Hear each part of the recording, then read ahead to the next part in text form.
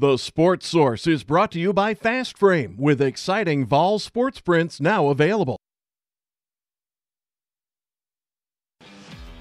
This is The Sports Source, presented by Bill Hotz and Associates, and by Renewal by Andersen, with your host, John Pennington. Good Sunday morning and welcome.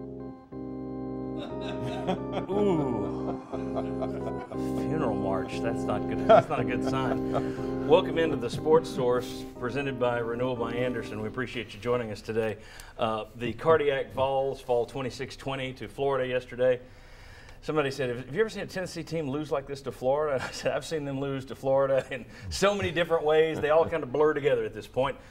It's going to be a hot show today, so let's just dive right into this thing. It's brought to you, as I said, by Renewal by Andersen. Folks, no company in America has a better reputation for windows and doors than Renewal by Andersen. It is an investment in your home. And right now, through September 30th, you can get free installation on windows and doors that you buy at Renewal by Andersen, plus no interest payments for 12 months. Best quality, best price. Renewal by Andersen.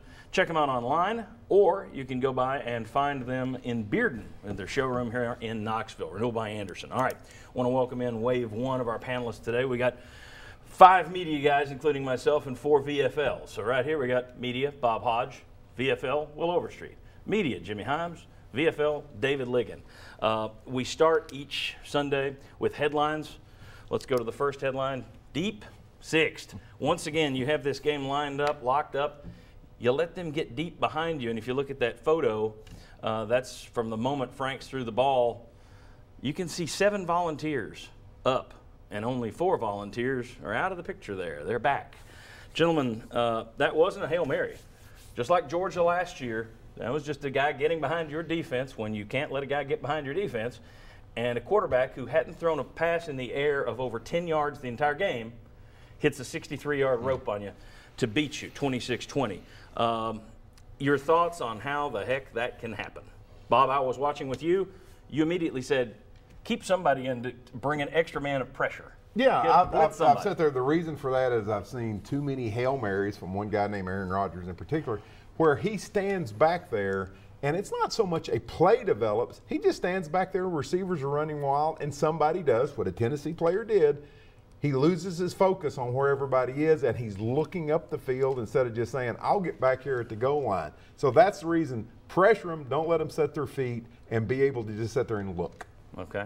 Guys, how does this happen? I would have, I'd have had more people back. I mean, to me, there were 7 people within 20 yards of the line of scrimmage when the ball's thrown. Why?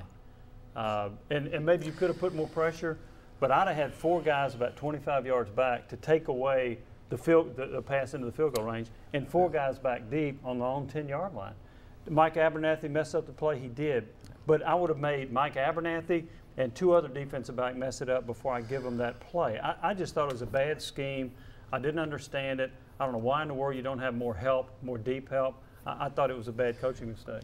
Even if you are just going to use 2 back there, I want 4 feet, all 4 of your feet on the goal line. They don't get behind you. That's what you don't do. And yes, Abernathy made a mistake. He came out toward his receiver, created a bad angle, let the guy get open behind him.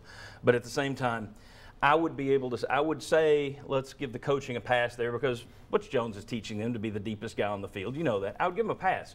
If this same thing hadn't happened last year against Georgia. So at some point, even if they're messing it up, well, it's your job to get them to not mess up. If you watch the wide picture, their corners stop. I mean, their corners weren't going any deeper than what they were, so they were playing deep halves with their safeties. And why did you stop? There was nobody. Well, they were trying to keep it from becoming a field goal. I mean, sure. Franks even said yesterday that was not designed to go into the end zone. Now, we were trying to get in field goal range, but when they flushed him right, and he had all day, as you said. Will, your thoughts? How's that happen? Well, I think part of it is just not communicating with your team about what the situation is at that time. I mean, you've got to really pull in your defense out there and go, okay, here's the situation. Here's what changes about the here and now of this last 9 seconds of what you have to be able to do. If you have to call a timeout, if you have to do something to get your group ready for that big a play at the end of the game, you've got to do that. And sometimes that's a play, as we would describe, there is no play in your game manual that says, 44 XYZ, you have to go out and say, so-and-so, you 3 do this, you 4 do this, you 3 do this, right? And that's how we're going to play this play. But it just doesn't seem like at a time like that, they thought, they're going to kneel it down. I think everybody assumed on the Tennessee sideline they were taking it to overtime. Yeah. All right, David, I'm going to start this next question with you. Don't know that you'll like that when you see the question. But headline number 2, point of no return. You got the guy there with the sign that says the end is nigh.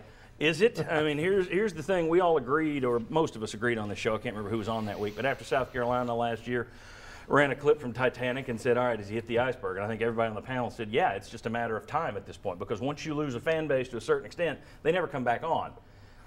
He lost more people yesterday, because fair or not, 11 of the 13 people that are regulars on our show picked Florida. But there were a lot of people out there that thought Tennessee was going to rout in this, and that's working against him too, and then the way they lost. So David Ligon, how close is the clock to striking midnight now? We're talking about a 2-1 coach. You know, he could still go 11-1. He won't, but he could. How close to midnight is this thing? Well, I think there's 2 groups. Obviously, the fan base, it's a lot closer to midnight. I mean, I dare say it's minutes away. We're struck already. Yeah. The other is obviously the AD and John Currie. I don't know him, so I don't know what his train of thought is. But, you know, he didn't hire Butch Jones, and he was brought in to elevate the athletic department to another level. And I think at some point he's got to balance what comes with change and turnover, not just from the staff, but also your roster and your players and what that does to a program, and finding what else is out there and available that you're going to be able to go get the money to be able to pay that person to bring them here. And as we've seen with a lot of really big programs recently, it's a lot more difficult than you think. Ask LSU. Oregon. You wind up with Willie Taggart and Ed Orgeron. You get 2 of the deepest pocketed programs in the country. And is that what we want to go do right now? Depends on who you land. Jimmy, It looks to me like we're back into the zone where it's now a matter of attendance and donations versus how much you have to pay him in a buyout and how much you're willing to pay. Do you think we're to that point now? Where I think it's getting close. Look, the UMass game, I'll be curious to see what the attendance is. Oof. And it is interesting. I've done 2 radio shows since the game. And there were 3 callers last night that said, I've been a Butch Jones supporter, I'm done. 2 this morning said, I've been a Butch Jones supporter, I'm done. Now, that wasn't all of them. There were some other callers that said, hey, we're still behind him. But when you start seeing those people jumping off ship at this point, that's going to be tough to overcome that. You're going to have some big wins in the upcoming week, starting with Georgia, to get some of this turned around. 20 seconds, Will. Quick. For whom the bell tolls, it tolls for thee. I mean, I think you're at that with this fan base at this point in time, because they've seen you make the same mistakes over and over again of why you're losing these games. And that's hard to overcome at times. Bob? Yeah, I think you've got a pattern of losing close games. If it was 1, okay, bad luck. 2, bad luck. What you've got now is a pattern. And we'll talk about that a little later. We've got 13 more topics to cover. We got 4 more guys to bring out here. It's going to be a very interesting show today. When we come back, we're going to talk about the rhyme or reason that they use in terms of determining the personnel who's on the field and when. We'll also discuss play selection in the red zone. Explain that to you. All that. Come on back on the Sports Source.